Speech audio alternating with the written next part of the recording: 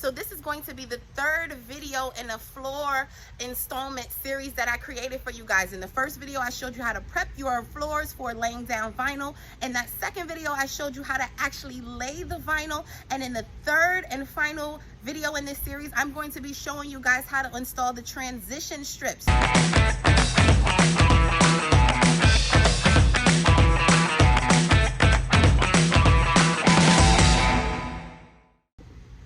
What's up, YouTube? It's your girl Danny, creator of Danny Did It, and welcome back to my channel. If this is your first time here, we are a channel dedicated exclusively to showing you how to do just about any and everything yourself. Listen, we all know that you can learn just about any and everything on the University of YouTube, right? But you cannot do it in under 5 minutes. Since you are already here, do yourself the favor and watch the video until the end. I am constantly giving you little gems, tips, and tricks, so it's important that you watch this video in its entirety. Give yourself a thumbs up and give me one too, baby.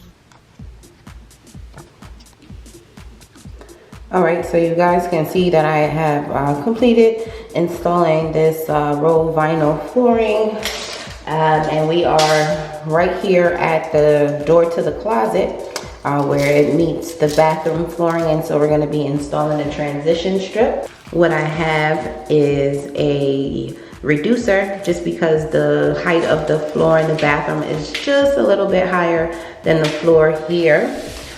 So we're going to take our measurements first, and we're going to make our cuts for that transition. So you can see that there is a slight elevation on this flooring versus this one here.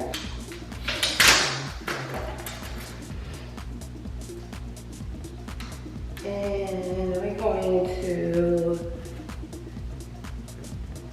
cut it right at 28.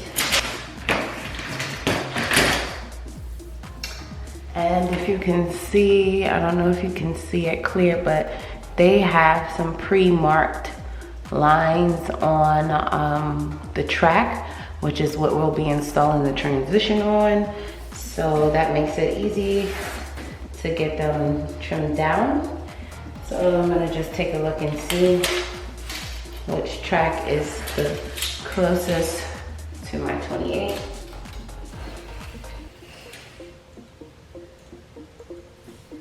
And there's one right above the 28-inch mark.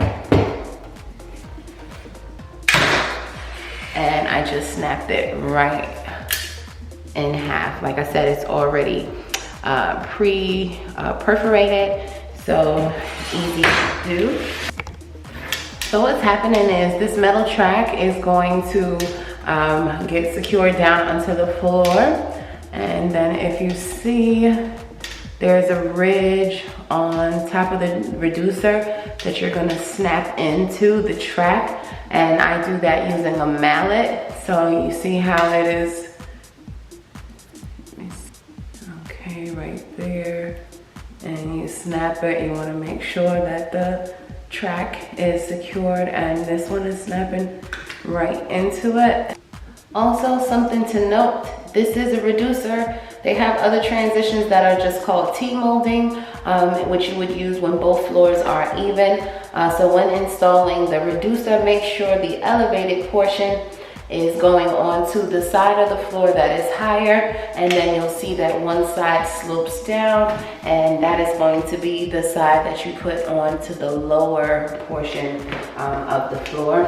I put the track on to the transition just so I can lay it down and figure out where is the best place for me to secure that track. This is how it's going to look.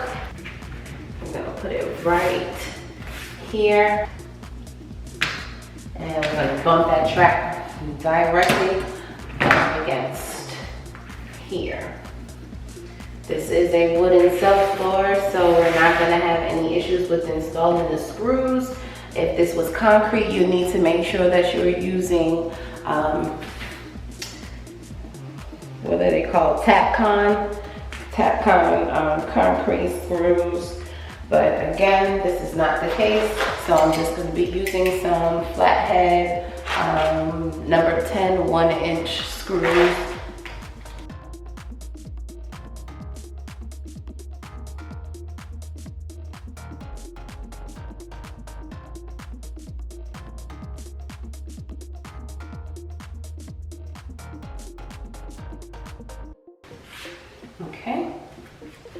So that track should be nice and secure now.